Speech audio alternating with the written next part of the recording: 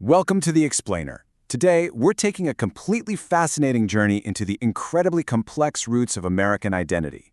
We hear a ton of debate these days about what really defines this country, right? But to truly grasp the sociological and cultural fabric of the United States, we have to kind of strip away those modern talking points.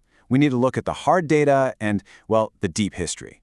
So get ready, because we're about to travel from tens of thousands of years in the past right up to 21st century political science. Let's get into it. Okay, let's dive into this. What does it actually mean to be American? I mean, it's a fundamental question, and it's exactly the question that political scientist Deborah J. Schildkraut tackled in her comprehensive study. We so often try to just boil national identity down to a single catchy phrase or, a simple shared set of values. But as we're going to see, the reality of human populations and history is, well, it's rarely that simple. The core premise of Schildkraut's research really revolves around this one specific question. Does an increasingly multicultural America engender a multi-creedal America?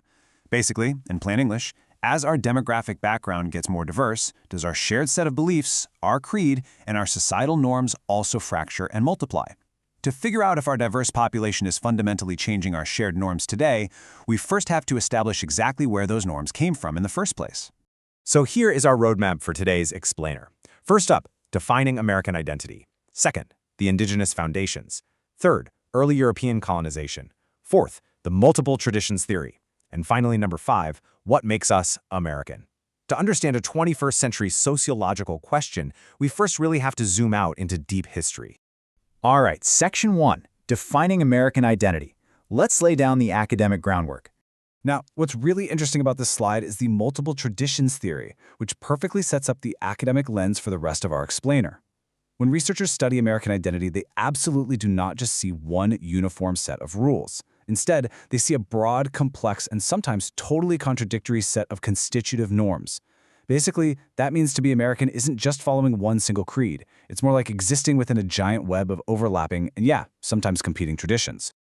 We frequently fall into this trap of the monolithic identity myth. You know the one, the idea that at some magical point in history, everyone on the continent shared the exact same cultural and political DNA. But the multiple traditions reality tells a completely different story.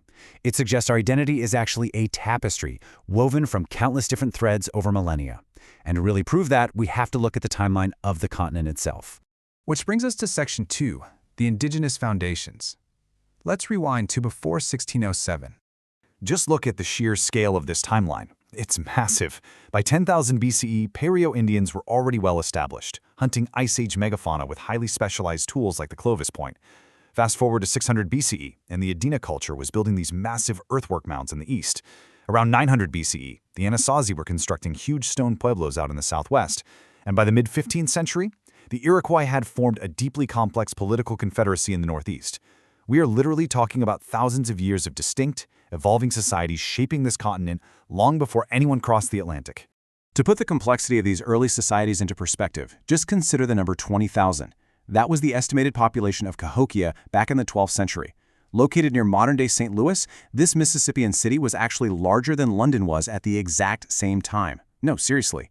It featured a massive 100-foot-tall earthwork called Monk's Mound, a super complex agricultural system, and totally distinct societal classes. It was a thriving, bustling metropolis right here in North America. And this brilliantly illustrates our core theme here. Early America was absolutely not a monolith, not even close. You had indigenous societies like the Tlingit in the Pacific Northwest, whose entire economic and spiritual traditions centered around salmon fishing and the incredibly generous gift-giving feast of the potlatch. Then, contrast that with the Hohokam down in the Southwest, who engineered complex irrigation canals just to farm in the brutal desert. These were entirely distinct traditions, completely different languages, and totally unique norms, all sharing the same continent. Diversity wasn't the exception back then. It was the fundamental rule. Shifting gears a bit, let's head into Section 3, early European colonization and how the continent's makeup began shifting radically. So when explorers from across the Atlantic started arriving, they didn't just land on a blank slate. Not at all. They collided head-on with a pre-existing diversity. Just notice the sheer density of distinct groups intersecting here.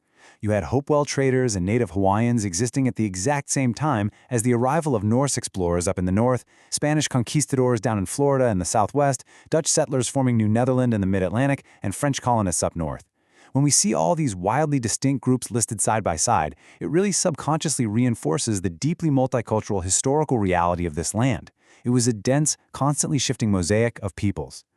Now, when the Old World met the New World, that collision of cultures was truly unprecedented. On one hand, you had a vast exchange of resources. Europeans brought over horses and new livestock, and they took back things like maize, potatoes, and tomatoes, which literally reshaped global agriculture forever. But on the other hand, we have to acknowledge that this contact brought immense, tragic devastation to indigenous societies. Europeans introduced diseases like smallpox and measles to populations that had absolutely zero immunity. This caused massive, devastating epidemics that, combined with brutal territorial wars, resulted in the tragic loss of millions of lives and deeply disrupted those ancient societies we just talked about. By the time the 13 colonies even began to unify in the 1700s, a deeply complex, incredibly multicultural foundation was already fully cemented. It was built on the legacy of ancient indigenous metropolises, Spanish outposts, Dutch trading hubs, and French settlements. Let's move forward and see how this builds upon itself, pivoting back to our modern sociological question about American identity today. Which brings us right into Section 4, the multiple traditions theory, and analyzing our modern identity. Returning to Deborah Schildkraut's research, she leaves us with this really powerful takeaway. Quote, "A complex and contradictory set of norms exist, and it is difficult to reduce them into a single measure of Americanism." Unquote. The data she gathered absolutely confirms the multiple traditions perspective. Because our history is so deeply layered and multifaceted, it is literally impossible to box American identity into one neat, tidy, single measure. Actually, the contradictions, they're a feature, not a bug of our identity. So the crucial point is right here in this data, and it's fascinating. Most Americans, regardless of whether they come from diverse ethnic backgrounds or various immigrant backgrounds, actually share this complex view of constitutive norms. They intuitively get that being America involves balancing multiple different traditions. Now, the data does note that the general U.S. population exhibits some signs of divergence that we definitely need to monitor going forward, but the overarching theme? It's a shared embrace of complexity. And finally, Section 5, what makes us American? Let's tie this whole shebang together. If we really want to understand our identity today, it requires a simple two-step process.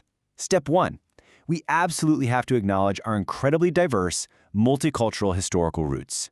From those Ice Age hunters in the great city of Cahokia, all the way to the vast mix of European explorers and colonists.